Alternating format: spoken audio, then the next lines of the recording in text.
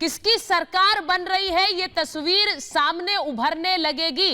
एक बार जरा अनामिका का रुख कर लेते हैं। अनामिका सिंह हमारे साथ भोपाल से जुड़ी हुई है। अनामिका, यहां पर इस बार शिवराज सिंह की बात हम बार बार कर रहे हैं, उनके नाम का ऐलान नहीं किया, लेकिन इसके बावजूद उन्होंने चुनाव में कड़ी मेहनत की है और उसका नतीजा भी एक सामने दिख रहा है।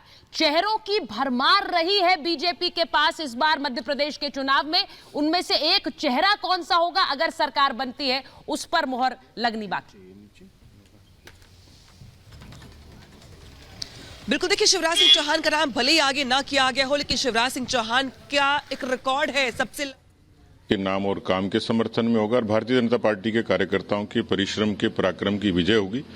मैं पूरे तरीके से आश्वस्त हूं। लगभग 125 सीटों से ऊपर भारतीय जनता पार्टी लेकर सरकार बनाएगी। मुख्यमंत्री जी अंडर करंट की बात कह रहे हैं, कल रात को भी उन्होंने जीत का दावा किया। उनको खुद को करंट लगेगा, क्योंकि जिस तरीके से राजस्थान में करंट की कमी थी, बिजली से लोग त्रस्त थे और इसलिए ये करंट उनको भारी पड़ेगा। वो रिपीट होने की बात करते हैं, पर मुझे लगता है कि उनके डिलीट होने का सही समय है। सतीश जी, आप उपनेता है, कितनी सीटें मान के चले, कितना बहुमत के, कितने आगे आप? मैं ओपनली कह चुका, 125 से ऊपर जीतेंगे। Thank you very much.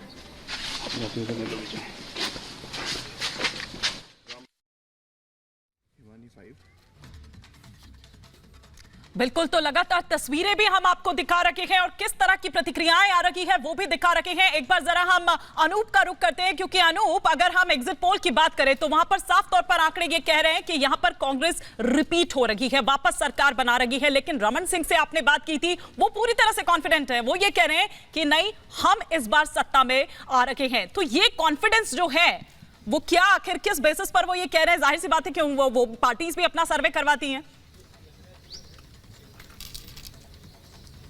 चलिए, मैं इस वक्त रमन सिंह के घर के बाहर ही हूँ हिमानी, और मैं सुबह से आपने देखा मैं अंधेरे में आया हुआ था, दरवाजे बंद थे, गेट बंद थे।